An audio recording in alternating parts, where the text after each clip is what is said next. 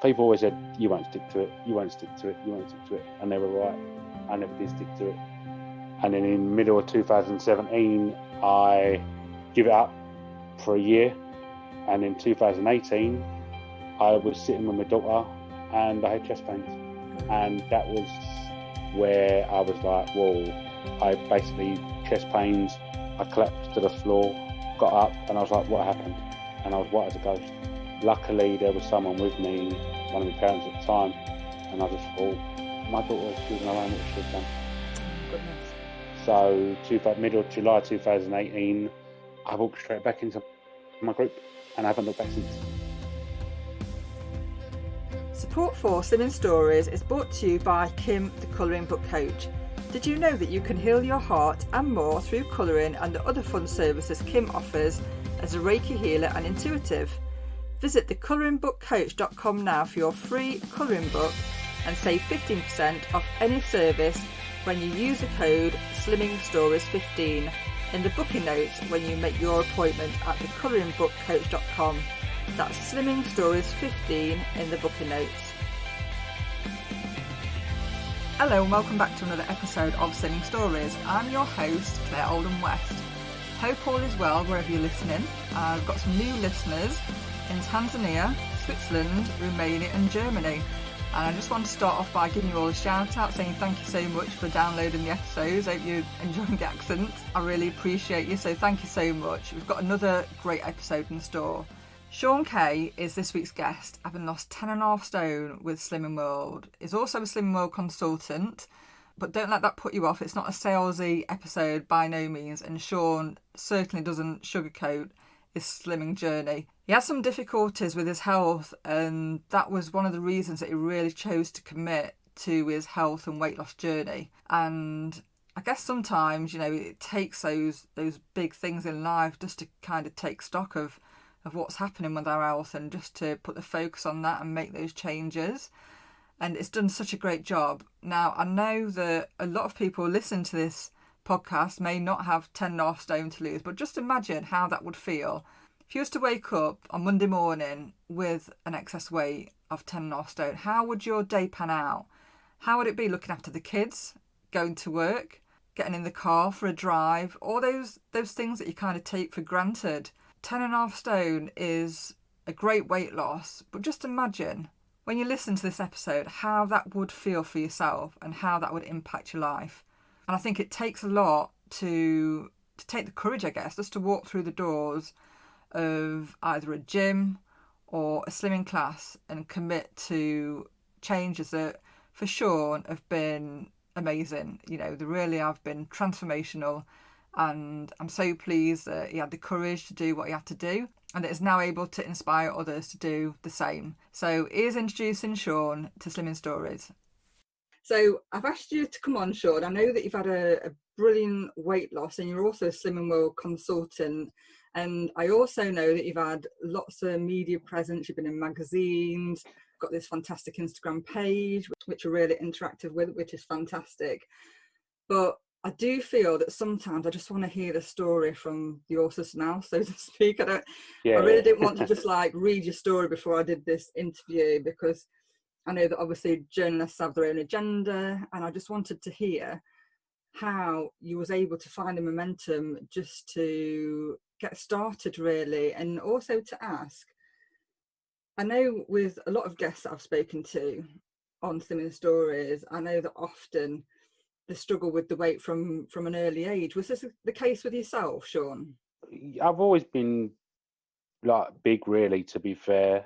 Broke my leg when I was 10, and it seemed to have piled on then because I wasn't mobile. I was on crutches for 3 months.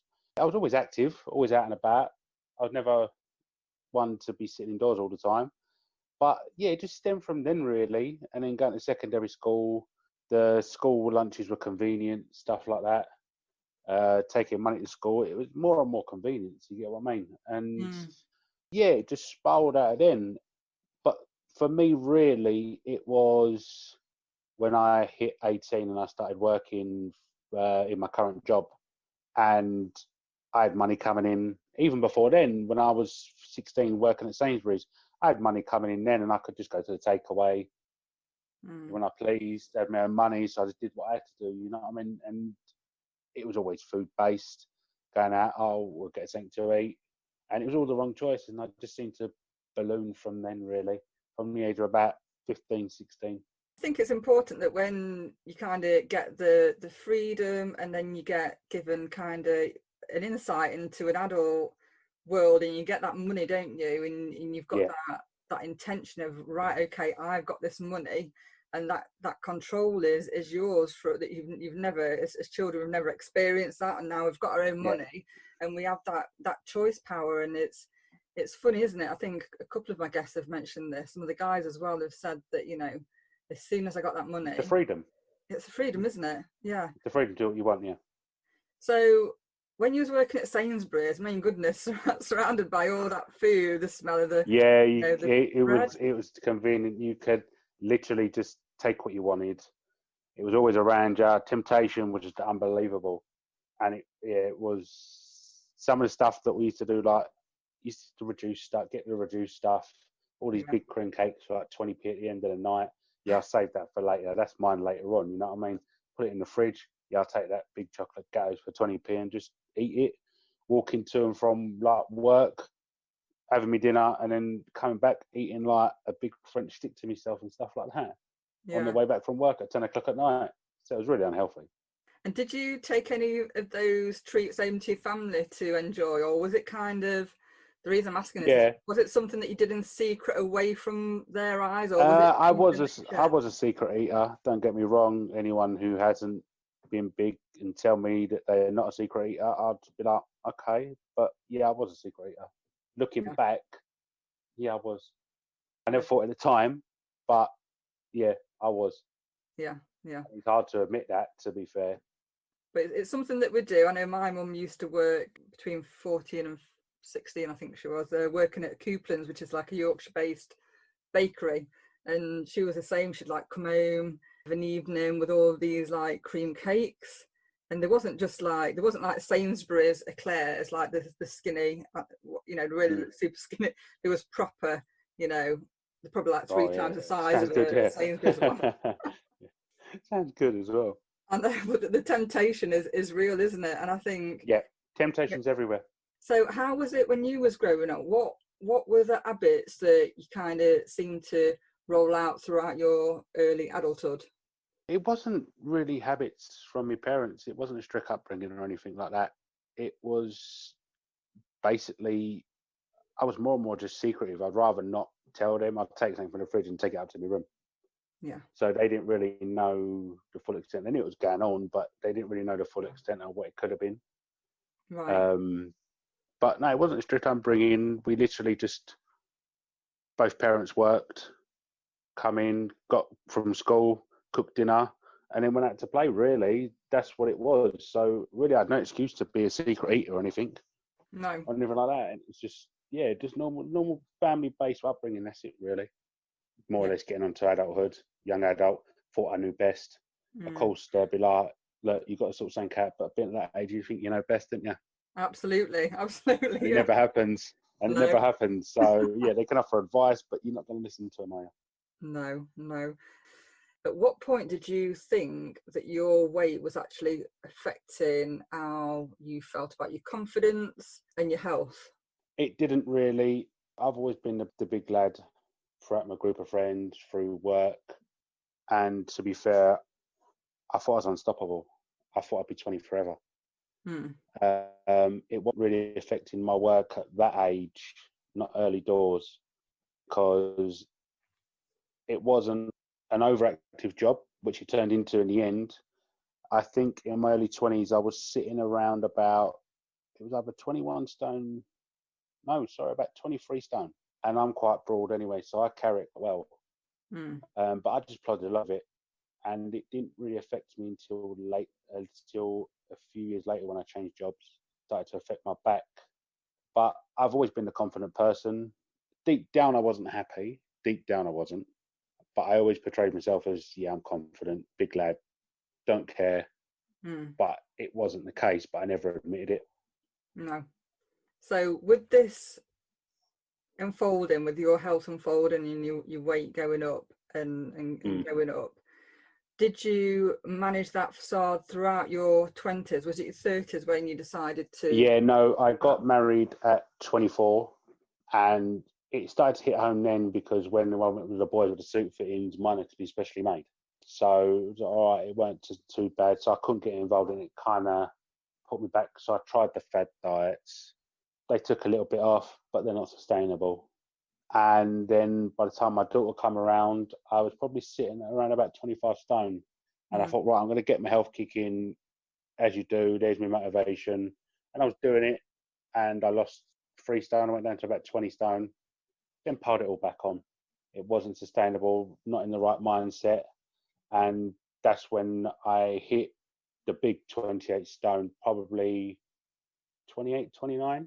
And I just kept going, just carrying what I was doing. I was going to an early grave. It started to affect like my back, not so much my health, because I went to the doctors and stuff, and they said, no, everything's fine, but you're the right side of 30, let's just say that. Once you go to the wrong side of 30, that's when you'll start feeling it properly. So I was in an active job then. I was a track engineer working for London Underground. I still am, but on the signal side of it now. And I was always carrying stuff. I'd use my size for my strength, really. Yeah. Picking objects up that other people couldn't, to be fair. So I tried to use, I know it's not the good thing, but I tried to use it to my advantage. And I wasn't really too worried about it, but deep down I was so unhappy. It was unbelievable, deep down. But I never really took much notice, and I thought, yeah, it'll come off. It was always tomorrow. It's always tomorrow. I'll start it Monday. But Monday never come. No. And just going back to that time, can you remember how it used to feel when you would eat and feel that there was no full stop? Yeah, I was literally a dustbin. I wouldn't stop. I could literally have a big meal and then go to the sweet shop straight after at work. There was no stopping. I could go and get a kebab at lunchtime at 1 o'clock in the afternoon, 12 o'clock. Have something to eat on the way there, like packet of sweets or something, packet crisps on the way back. And it wasn't just a little bottle of Coke. I'd get the 2-litre bottle of Coke as well. And just keep drinking that. So there was no rhyme or rhythm to what you would eat. Was it just a case of whatever what I wanted when I wanted? Hands on, yeah. Yeah, what I wanted when I wanted. If I fancied it, I'd go and get it. Even if I had to travel on a train to go and get it a few stops down the line. It won't bother me. And I think this is what my mum struggles with. And with my mum, she knows when she is full and she will stop when she is full. But when I've been in that moment of binging, it's a case of, okay, so my brain recognizes that I am not eating to feed myself because I'm hungry. My brain recognizes that this isn't going to help me with my weight loss. My brain recognizes that I'm eating saturated fat and high sugar foods. And all of this, it's not the case of I'm not intelligent to make that connection. But in that moment, it's almost like the control is totally gone. So can you relate to that feeling back then when you was at that weight? Yeah, people say that food isn't an addiction, but it is. It's a massive addiction. You wouldn't let a recovering alcoholic go into a pub, would you? Free for all, would you? No. It's the same with food. Food is an addiction, and to get that addiction, you'll go to any lengths to get it, travel down the road, spend all your money on it. It won't matter to you. And yeah, I can remember all the time eating, thinking, why am I eating this? But it felt good at the time. It just felt good. Something in my brain twigged to think, I really want this. My body needs it. So having gone to the doctors and the doctor saying to you, you know, you're the right side of 30, at that point, did that make you feel that, right, I can grab this moment and make the best of it? No, because I thought 30 would never come to it. I'm a million miles away from 30 years old. I'm a few years away from 30. I'll deal with it then. I'll deal with it. Right. I was one of them. And with a young child, I know it can be demanding. How did you manage that with your backache? Obviously, you've got the intention that you want to get involved with your child and you want to do these things, but then your body's Yeah, like, I'd take breaks and I wouldn't bother. I'd do things with her like watching a film, yeah, or I'm too tired to do that, and just things like that. And mm, luckily, she was only, well, I'll say luckily, but I had her when I was 26. So I was mid-20s, and it was all like, oh, I'd just sit down and watch a film with her. You know what I mean? Or lay down on the floor with her when she was really young, yeah, or like, yeah, just do things that wasn't overactive. To be fair, and if I did, I'd have to take breaks. mm, I'd be like, sorry, darling, I can't do this today. I can't do this. We'll do it another time. And I was mm, always putting it off. I'd never go swimming with. Well, I would go swimming with her, but it wasn't. I'd put it off to the last till I could. To be fair, and then I'd take her. Like, would go yeah, with her and stuff like that. Theme park rides and stuff. That was a big no-no. mm, It'd basically be stuff that walking around a park that took its time because of the pain, getting out of breath, and just things like that. To be fair, I was trying to avoid any activity possible. It was always, oh, let's not do this today. Oh, no, no, no, no, no. mm, That's what it was like. yeah. And it is hard work. So I'm imagining you now, you're working away, you're using your body as kind of um, a reasoning to carry this weight because you're feeling it as a benefit because you're having to carry these heavy loads and you've got your Mm. young daughter. So if you just want to talk me through the next stage of your journey with your health and your slimming, what happened after that point? It went redundant between the ages of, I'd say, 28 to 32. To be fair, I just kept going on and carrying on what I was doing. I was just managing it what I could, putting a brave face on. I was still unhappy, so unhappy. And I Mm, could feel myself getting bigger and bigger and bigger until I did reach 28 stone. I'd lose, say, a stone and a half in the summer, as you do naturally, eating different, the hot weather. Going out in the summer was ridiculous. I was always sweating, didn't feel right whatsoever. I'd mm, always wear baggy clothes, like clothes were too clingy on me, and I was always pulling at them and stuff like that. And I felt really uncomfortable all the way through summer, even in winter sometimes. I'd be sweating galore. It mm, wasn't a nice sight. I had to change t-shirts in the height for summer. I'd change t-shirts twice or three times a day, easily. wow, I'd be showering twice a day just to get that stench off me of yeah, the sweat and the bo, and it wasn't nice, to be fair. no, Especially when picking my little one up from school. Sometimes I'd have sweat patches down my back, and I would look at other dads and think, I should be like that. I should be like that, but I never did anything about it. To be fair, like the old fad diets, they come and go, but I never worried about it. And it weren't until I was at the age of 32, 33 that I actually decided that I needed to do it. Um, because I went to the doctors and they put me on it. I didn't know nothing about the slimming mold.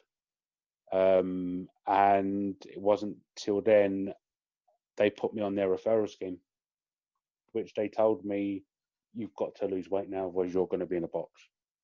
This mm, is it. At the moment, he was like, you're going to be diabetic, you're going to be this. And still, even he amazed himself, all the blood tests come back that I was not diabetic, I was normal, I had normal cholesterol, everything. And he was like, I don't get it. I really don't get your body. I went, I don't get it either. But I could feel myself, my back was getting worse, my knees, my ankles, they were all giving way. So it was time to make a change. mm, It was time. I went to the Slim World referral scheme, went to my first group, and I was doing well. And then something happened in my personal life, and it gave me the motivation to do it even more. That was my first journey. I'd lost 5 stone by February that 2017, and then get up again. People always said, "You won't stick to it. You won't stick to it. You won't stick to it," and they were right. I never did stick to it. And then in the middle of 2017, I give it up for a year. And in 2018, I was sitting with my daughter and I had chest pains. Gosh. And that was where I was like, well, I basically, chest pains, I collapsed to the floor, got up, and I was like, what happened? And I was white as a ghost. Luckily, there was someone with me, one of my parents at the time, and I just thought, my daughter, if she was on her own, what she had done. Oh, goodness. So, middle of July 2018, I walked straight back into my group, and I haven't looked back since.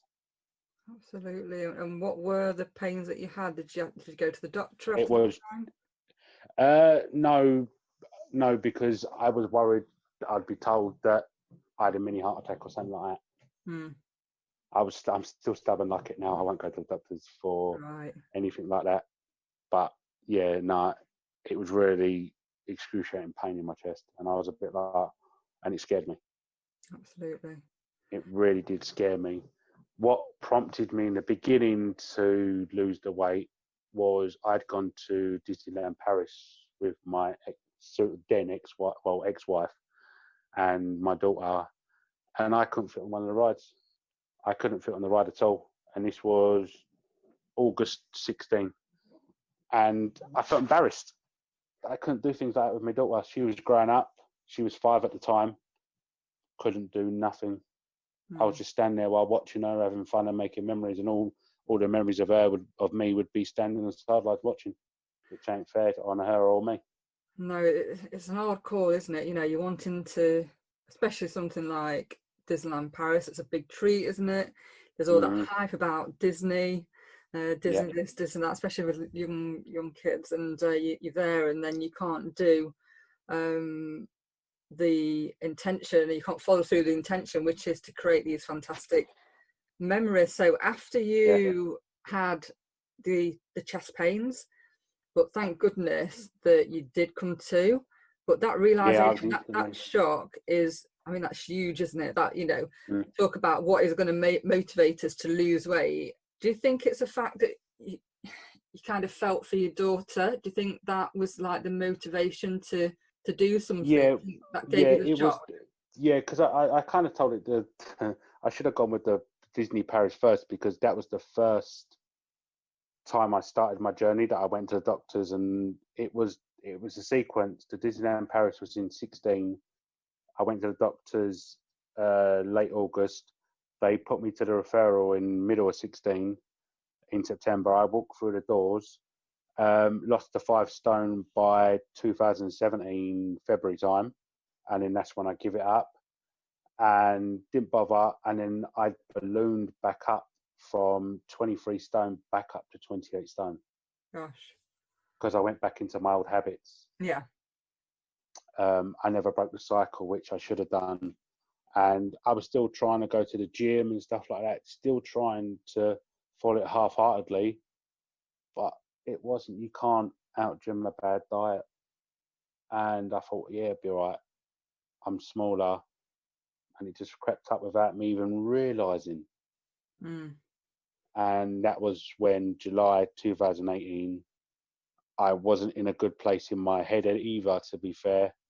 And that was when the chest pains started in that little episode. Luckily, I've had no reoccurrence. And literally, the Wednesday after that happened, I walked back into my group and said, enough's enough.